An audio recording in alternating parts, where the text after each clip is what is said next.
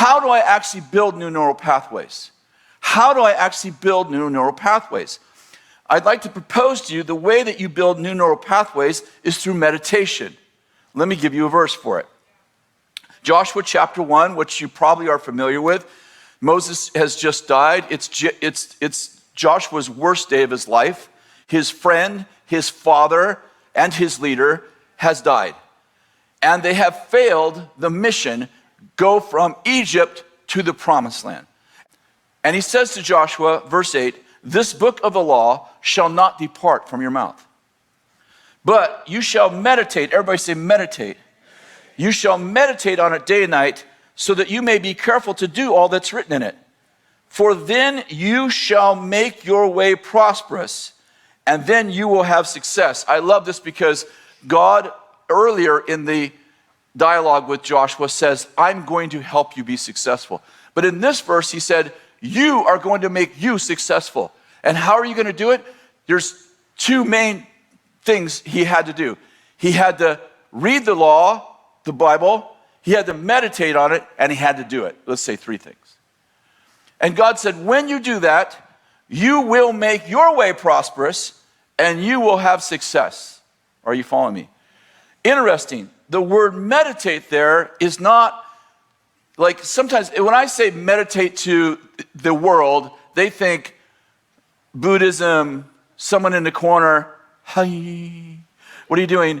I'm emptying my mind. Hi. I'm thinking nothingness. That is not biblical meditation. This word meditate is actually the word growl. Okay, let me read it to you, this exact Hebrew word in another passage. Isaiah 31:4.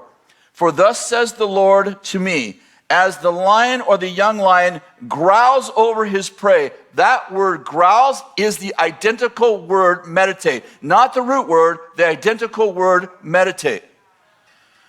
Picture this. The way we build new neural pathways is not passively sitting in a corner trying to lose all bad thoughts. Meditation in the Bible is like a lion growling over its prey. When your daughter is home late and your norm is something terrible happened to her and you're like, I am not going to think like that anymore. I'm going to renew my mind. I begin to think about what my God said about my daughter. I recall the prophecy she got in church 3 months ago, and you shall be a leader. And I began to, like a bulldozer, I began to build, are you with me? I began to plow new neural pathways through the jungle of my mind where there has been no roads. Are you with me? Because I'm on the highway to hell every other day, and I'm like, I'm building me a new road. And I proactively, I don't feel like it, I don't even know if I believe it, but I began to say what God says. I began to think what God's thinking.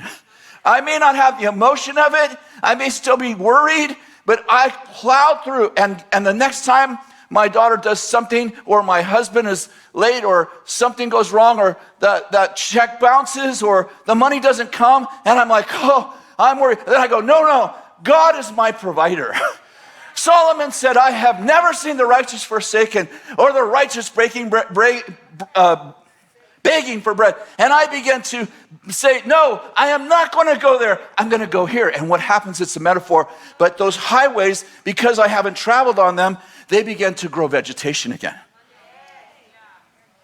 And now, because I've been proactively plowing new neural pathways, soon I have a smooth highway here, and the places I used to walk in thought have grown over.